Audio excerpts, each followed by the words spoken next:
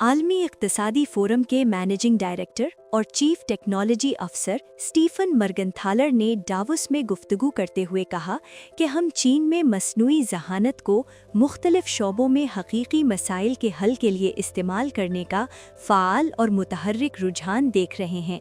जो कि बेहद मुतासिरकुन है। उन्होंने कहा कि फ़ोरम ने माइंड्स के नाम से एक आलमी इनिशिएटिव शुरू किया है, जिसका मतलब है बामानी, ज़हीन, जदीद और काबिल अमल हल। इसका मकसद मस्नूई ज़हानत के ज़रिए होने वाली उन तब्दीलियों की निशानदही और पजीराई करना है जो हकीकी और काबिल महसूस असरात पैदा कर रही हैं।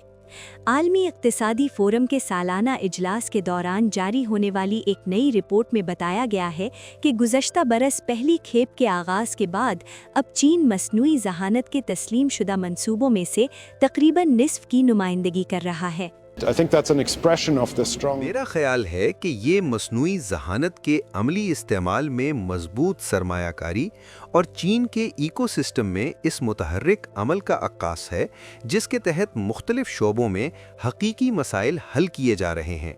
और हमें खुशी है कि इन नुमाया मिसालों के साथ साथ एक ऐसा मौका फराहम किया जा रहा है जिसके ज़रिए मुख्तलिफ फ़रीक़ैन ये सीख सकें कि मुख्तलिफ शोबों में मस्नूई ज़हानत को किस तरह कामयाबी से बरूए कार लाया जाए। ये बात वाज़ेह है कि रवां बरस भी डावोस में जमा होने वाले बहुत से रहनुमाओं के लिए मस्नूई ज़हानत AI सरे फहरिस्त मौजू है, और यकीनन इंफ्रास्ट्रक्चर, डेटा सेंटर्स और बाज़ जदीद तरीन मॉडल्स में की जाने वाली भारी सरमायाकारी पर ख़ास तवज्जो दी जा रही है।